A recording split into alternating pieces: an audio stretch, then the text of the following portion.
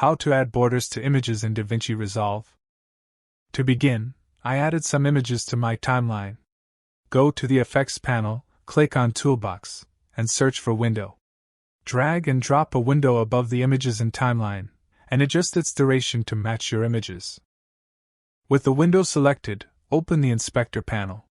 Here scroll down to see Composite options and change Composite mode to Multiply. This causes the whites to remove and the blacks of the window to stay. Now under Transform, increase the zoom value. Using a window causes the images to have black borders. Now let's use another way in which we can set the border color.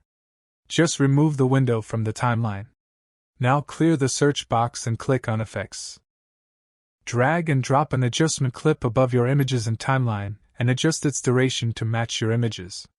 Now click on the toolbox and search for Colored Border. Drag and drop Colored Border into your adjustment clip. With the adjustment clip selected, go to the Inspector panel and click on Effects. Just click on the color and change it to the color you want. You also can change the border width.